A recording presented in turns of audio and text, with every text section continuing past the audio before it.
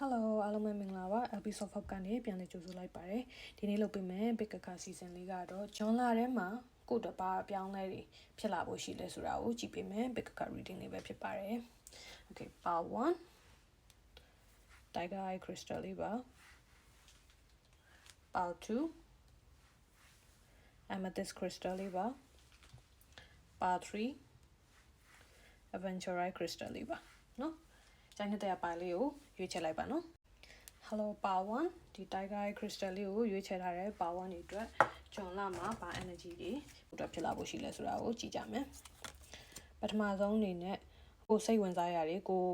ကြိုက်နှစ်သက်တဲ့အရာတွေကိုလုပ်နိုင်စွမ်းရှိမယ်အဲ့လိုလုပ်ဖို့အတွက်လည်းအခွင့်အရေးတွေရလာမယ်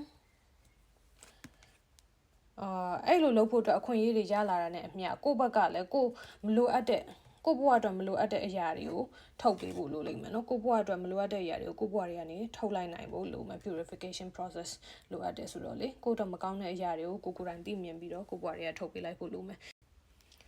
part 2ဒီ amethyst crystal လေးကိုရွေးထားတဲ့ part 2အတွက် reading လေးကိုကြည့်ပေးမှာပဲဖြစ်ပါတယ်ဘာအပြောင်းလဲတွေဖြစ်မလဲဂျွန်လာထဲမှာအလုတ်ကင်တွေပို့ပြီးတော့တော့လှုပ်ချင်းဖြစ်ပေါ့နော်အလုတ်တွေပို့ပြီးတော့လှုပ်ရဖို့ရှိတယ်ပြီးတော့အလုပ်တွေလုပ်ပြီးတော့အရန်တွေပင်ပန်းနေတဲ့အခါကိုအချိန်ပေးဖို့လည်းမမေ့ပါနဲ့အဲ့တော့ကိုစိတ်ဝင်စားတဲ့အရာလေးတွေလည်းလုပ်ပါနော်hobbies တွေပေါ့ဥပမာပကြီးဆွဲတာစာရေးတာတချင်တာထောင်တာရုပ်ရှင်ကြည့်တာစရှိသဖြင့်အဲ့ဒါလေးလည်းလုပ်ပေးပါနော်ပြီးတော့ abundance ဆိုတော့အဲ့တော့ဒီမှာအလုပ်တွေအများကြီးလုပ်ရသလောက်ပတ်စံတွေလည်းအများကြီးရမယ်အဲ့တော့အလုပ်လုပ်ရတာနဲ့တန်တယ်အဲကြောင့်ခုနကောင်းတော့အလုပ်လုပ်ခြင်းလို့ပြောလိုက်တာပေါ့နော်အလုပ်လုပ်ရတာနဲ့တန်တယ်ပတ်စံတွေလည်းရမယ်အဲ့တော့ငွေကြေးအတွက်ဒီလမှာပူစရာမလို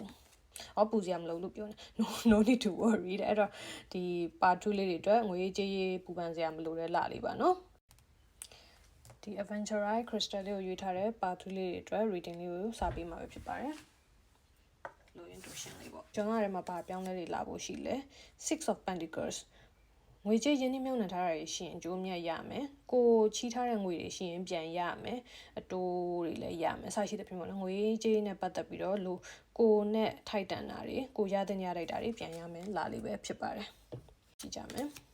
inner peace အဲ့လိုမျိုးကိုရတဲ့နာတွေကိုပြန်ရတယ်ငွေကြေးနဲ့တွေမကောက်ပေါ့နော်ဘဝမှာလည်းကိုရတဲ့နဲ့ရတဲ့တဲ့အရာတွေကိုပြန်ရတဲ့အတွက်စိတ်ပျော်ရွှင်ချမ်းသာနေရမယ်လာလေးပေါ့နော် inner peace ရမယ်ပေါ့နော်စိတ်အေးချမ်းချမ်းလေးဖြစ်နေမယ်ဒီလာထဲမှာ